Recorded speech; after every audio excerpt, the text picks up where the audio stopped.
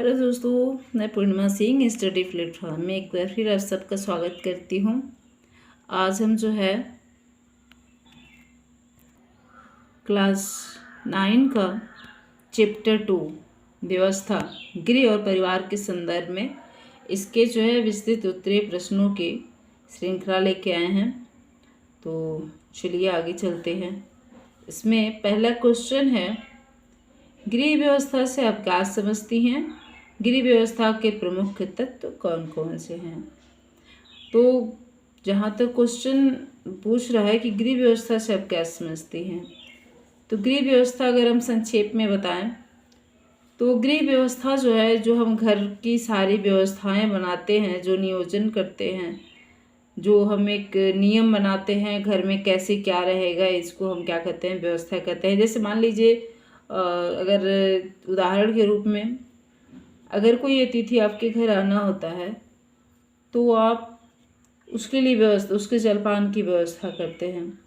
तो उसी तरह से घर की व्यवस्था, घर को चलाने के लिए भी हमको व्यवस्था करनी पड़ती है, हमको आय की व्यवस्था करनी पड़ती है, हमें पूरे घर में किस तरह से क्या क्या होना चाहिए इसकी व्यवस्था करनी पड़ती है। और व्यवस्था, गृह व्यवस्था के प्रमुख तत्व कौन कौन से हैं? तो गृह व्यवस्था के प्रमुख तत्व 3 होते हैं, नियोजन, नियंत्रण और मूल्यांकन। तो इसके बारे में हम जो है अंदर विस्तार से पढ़ेंगे। तो चलिए हम आते हैं, इसकी एक छोटी सी भूमिका है उसको देख लेते हैं। ओके, मानव जीवन में सर्वत्र ही व्यवस्था का सर्वाधिक महत्व है। मैंने कि विदाउट व्यवस्था हम कोई भी कार्य जो है बहुत अच्छे से नहीं कर सकते हैं। हमें अगर कोई कोचिंग है चलानी है तो हमें उसके लिए कंप्यूटर लेनी पड़ेगी, टीचर को रखना पड़ेगा, बोर्ड लेना पड़ेगा, माइक लेनी पड़ेगी, कैमरा लेना पड़ेगा। तो इन सारी व्यवस्थाओं को करना पड़ेगा। उसी तरह से घर को चलाने के लिए भी हमको हर एक चीज़ की व्यवस्था करनी पड़ती है। हमको रसोई घर भी चाहिए, हमको बाथरूम की व्यवस्था भी करनी है, सोने के रूम की भी व्यवस्था करनी है, खाने की भी व्यवस्था करनी है। तो कहाँ पे किस चीज़ की आवश्यकता है, तो उसकी सारी व्यवस्थाएं जो है हमको करनी पड़ती है। ओके, किसी भी कार्य को सुचारू रूप से करने के लिए तथा अभिष्ट लक्ष्य को प्राप्त करने के लिए एक निश्चित व्यवस्था का होना अनिवार्य है। व्यवस्था के अनुसार किया गया कार्य सरलता से तथा शीघ्र ही पूरा हो जाता है। व्यवस्था जहाँ एक और औद्योगिक एवं व्यावसायिक क्षेत्र में अनिवार्य है, वहीं दूसरी ओर घर परिवार के संदर्भ में भी पूर्ण रूप से आवश्यक है। घर परिवार के कार्यों को सुचारू रूप से पूरा करने के लिए तथा अभिष्ट लक्ष्यों को प्राप्त करने के लिए जिस व्यवस्था का पालन करना पड़ता है, उस व्यवस्था को ही हम क्या कहते हैं? गृह व्यवस्था कहते हैं। चलिए आगे देखते हैं गृह व्यवस्था की परिभाषा। साधारण शब्दों में कहा जा सकता है कि घर परिवार की व्यवस्था अथवा प्रबंध ही गृह व्यवस्था है।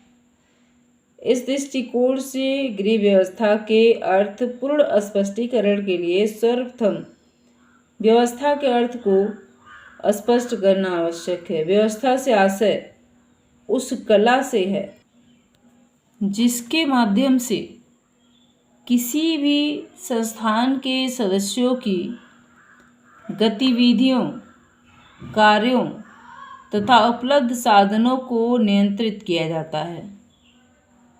इस नियंत्रण के लिए कुछ पूर्व निर्धारित सिद्धांतों को ध्यान में रखा जाता है। व्यवस्था के लिए कार्य से संबंधित एक उचित नीति को निर्धारित किया जाता है तथा इसके उपरांत निर्धारित नीति को कार्य रूप में परिणित किया जाता है। व्यवस्था के अर्थ को डेविस ने इन शब्दों में स्पष्ट किया है कि व्यवस्था कार्यकारी नेतृत्व का कार्य है। यह मुख्यतः एक मानसिक क्रिया है। यह कार्य के नियोजन, संगठन तथा सामूहिक उद्देश्य की पूर्ति के लिए अन्य व्यक्तियों के कार्यों के नियंत्रण से संबंधित है। व्यवस्था का संबंध जीवन के किसी भी पहलू से हो सकता है। गृह परिवार के संदर्भ में व्यवस्था के अर्थ का स्पष्टीकरण निम्न प्रकार से वर्णित किया गया है। आइए चलिए देखते हैं कैसे वर्णित किया गया है।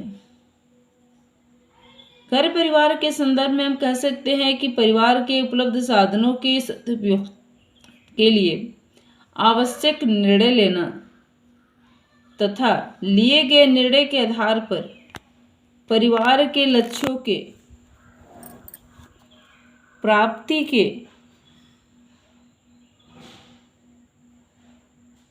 के लिए उपलब्ध साधनों का सदुपयोग करना ही गृह व्यवस्था है।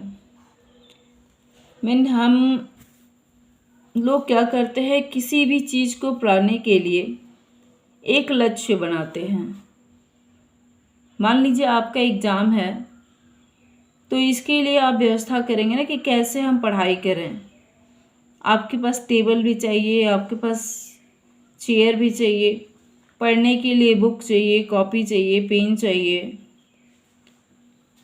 ताकि आप बहुत अच्छे से पढ़ाई कर सके, आपको कोई डिस्टर्ब भी ना हो। इस तरह से जैसा कि बताया गया है, इस तथ्य की गृह बने के उपलब्ध साधनों का सदुपयोग करना ही गृह व्यवस्था है।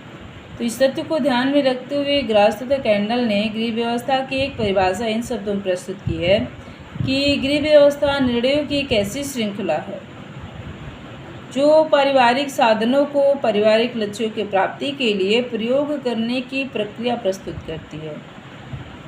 इस प्रक्रिया में न्यूनाधिक 3 सतत पग हैं। नियोजन और नियोजन को क्रियान्वित करते समय इसके विभिन्न तत्वों का नियंत्रण, चाहे कार्य स्वयं किए गए हों अथवा दूसरों के द्वारा, और परिणामों का मूल्यांकन जो भावी नियोजन के लिए प्रारंभिक कदम होगा। ठीक है, इसमें पहला है नियोजन और दूसरा है नियोजन को क्रियान्वित करते समय इसके विभिन्न तत्वों का नियंत्रण। यानी आप जो नियोजन बना रहे हैं, जो योजना बना रहे हैं, उस योजना को जब आप क्रियान्वित करते हैं तो उस पर आपको जो है नियंत्रण रखना पड़ता है कि जिस प्रकार से हमने नियमबद्ध रूप से इसको बनाया है कि पहले ही कौन सा होगा, दूसरे नंबर पे कौन सा काम होगा, तीसरे नंबर पे कौन सा काम होगा, उसी तरह से करें। हमें किस व्यक्ति को कौन सा काम देना है, किस व्यक्ति को नहीं देना है, कौन सा घर में ऐसा व्यक्ति है जो इस कार्य को बहुत अच्छे से कर सकता है, तो इस पे हम कंट्रोल रखें और उसी व्यक्ति के हाथ में उस काम को सौंपें। चाहे कार्य स्वयं किए हों तो दूसरों के द्वारा, मैंने कि चाहे आपको स्वयं करना हो, दूसरों से भी करवाना हो, तो उसको उसी तरह से जैसे आप सोच रखे हैं, जिसे आपने योजना बनाई है, उसी तरह से उस कार्य को करें। और तीसरा है परिणामों का मूल्यांकन, जो भावी नियोजन के लिए प्रारंभिक कदम होगा कि आपने योजना बनाया, उस पर नियंत्रण से आपने काम किया, उसके बाद से उसका मूल्यांकन कीजिए कि क्या हम सही हैं, क्या हमारे काम जो है सही हुआ है, नहीं हुआ है, कितने % तक हम जो है अपने योजना में सफल हुए हैं। ठीक है, चलिए आगे चलते हैं। गृह व्यवस्था के मूलभूत चरणों को ध्यान में रखते हुए निखिल तथा दार्सी ने इन शब्दों को प्रस्तुत